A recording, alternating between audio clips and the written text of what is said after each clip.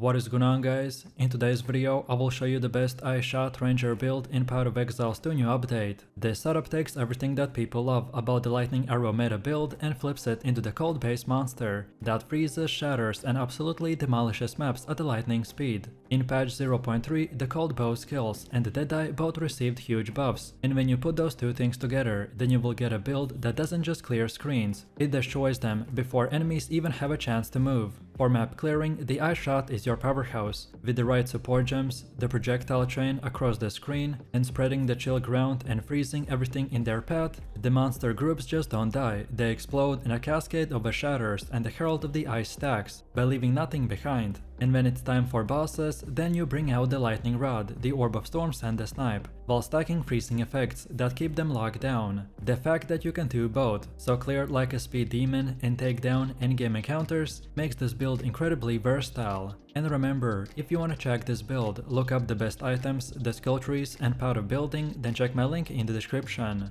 If you ever played POE Exile 2 for long enough, then you know that the grind for currency can feel endless, and that's where today's sponsor comes in. Skycoach is a trusted platform used by over 150,000 gamers worldwide. They offer pro player support in more than top 25 games, including POE 2. No matter if you need a faster start, you wanna help with the tough content or just want currency delivered safely and quickly, then Skycoach has you covered. What I really like is how smooth the whole process is, from click to the gameplay in minutes, clear and fast chats with their team, plus if an order is not fulfilled you get an instant refund. I've tried it myself and honestly it just makes the game more fun. So if you wanna skip the grind and enjoy POE 2 your way, then click my link in the description to check out Skycoach and use my code KATE for extra 10% off.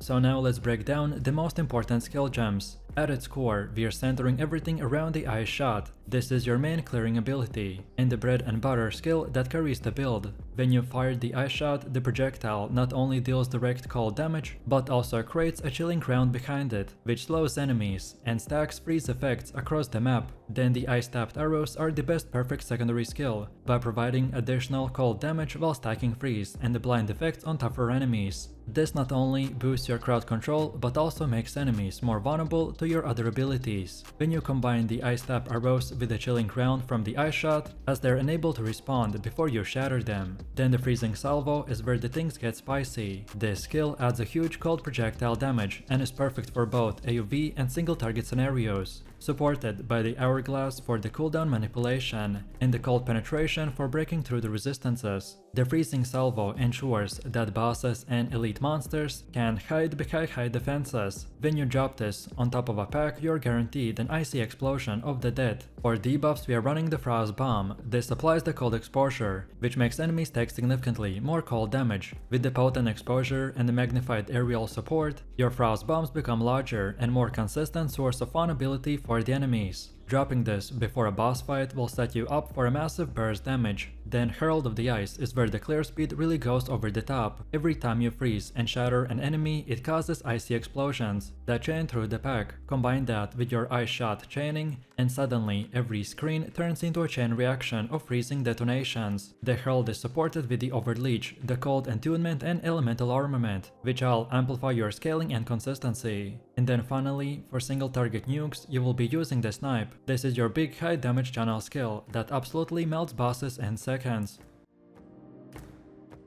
Next up, moving over to the passive tree, and this is where you really transform the ice shot deadeye into an unstoppable force. The core psychology of the tree is simple: maximize cold damage, maximize projectile scaling, and add enough defenses so you don't get one shot. From the beginning, you will branch into projectile damage, bow attack speed and the crit multipliers. These are the bread and butter for any bow build, and they make the ice shot scale beautifully. You also want to invest into the clusters that enhance the cold damage specifically, so things like the cold penetration, freeze duration and the cold exposure. This ensures that not only do you hit hard, but enemies stay frozen long enough for you to capitalize. Then defensively, you're investing into the evasion and life. which naturally synergizes with the ranger's playstyle. With the high evasion, mobility, and the Wind Dancer keystone, you can avoid the majority of incoming damage. The build plays the best when you're constantly moving, so these defenses will line up perfectly with your natural gameplay. Then Javel sockets are another important aspect of the tree. These will give you flexibility, so early on you can grab resistances or mana sustain, and then later you can swap in the pure gems with the projectile multipliers, crit chance and attack speed.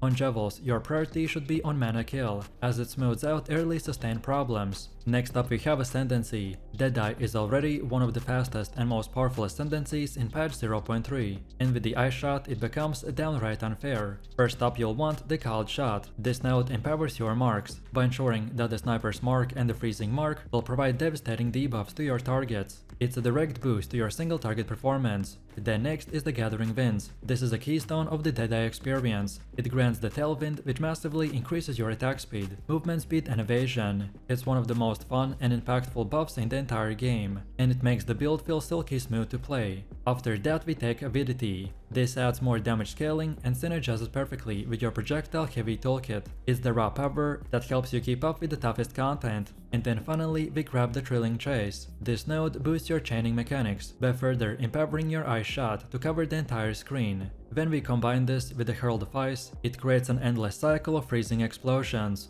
Then now let's shift gears and talk about the Atlas passive tree, because this is where you define your in-game farming strategy. The good news is that this build thrives in the dense content, so we are going to lean into that. In the 0.3 update, the central tree has some of the best notables for the essences, Harvest, the Chunk Boxes and Delirium, and that's exactly where we want to focus on. Essence will give us consistent crafting mats, then Harvest will provide deterministic upgrades, and Chunk Boxes and Delirium crank the monster density to insane levels. On the right hand side you will path into the Legion and Expeditions, which will add even more monsters and loot explosions to your maps. And then at the top you'll invest into the bossing nodes that improve encounters like the Conquerors, Maven and the Shaper. That way you're always ready to farm bosses without having to respec your tree. The key here is not to spread yourself too thin. You're clustering around synergetic mechanics that give both the loot and crafting value. For example, the Essence plus the Chunk Boxes will guarantee consistent profits, while Harvest lets you shape your gear in a deterministic way, combined with Delirium for the raw monster density, and you're never wasting your time. This Atlas tree is designed for players who want a steady currency generation, while still being able to push into the in-game bosses whenever they want. It's flexible, profitable, and perfectly suited for our fast Deadeye build.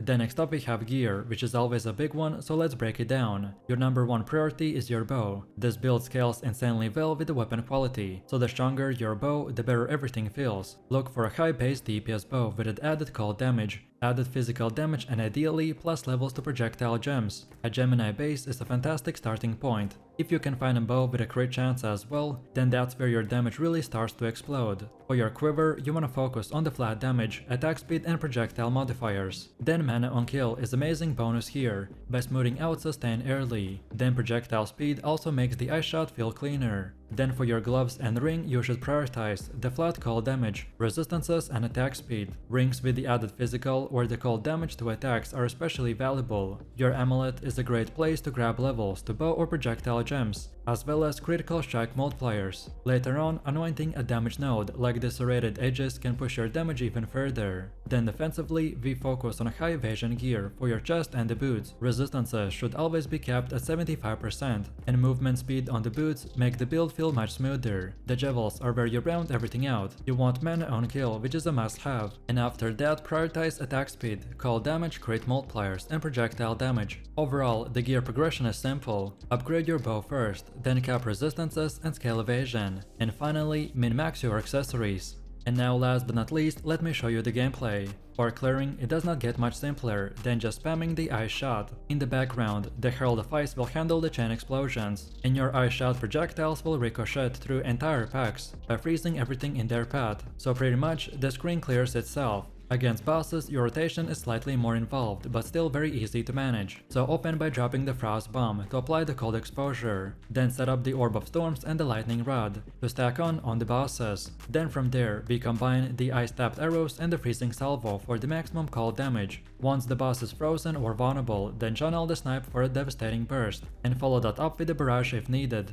This combination absolutely melts even the pinnacle bosses. And now lastly, let's take a look at the leveling. So while grinding, you wanna start out with the lightning and the ice abilities, until the ice shot becomes available at level 9. From there you gradually transition into more cold damages as you unlock the ice tap arrows, freezing salvo and the herald of ice. The leveling process is smooth, because the cold damage will unlock early. The enemies can hit you if they're frozen solid, and if you're low geared and run into mana issues, then don't panic. Grab just mana on kill from your quiver or a javel, and simply cast a little less aggressively. The damage is so high that even casting fewer skills will not slow you down too much, and once your gear catches up, the mana issues will disappear entirely.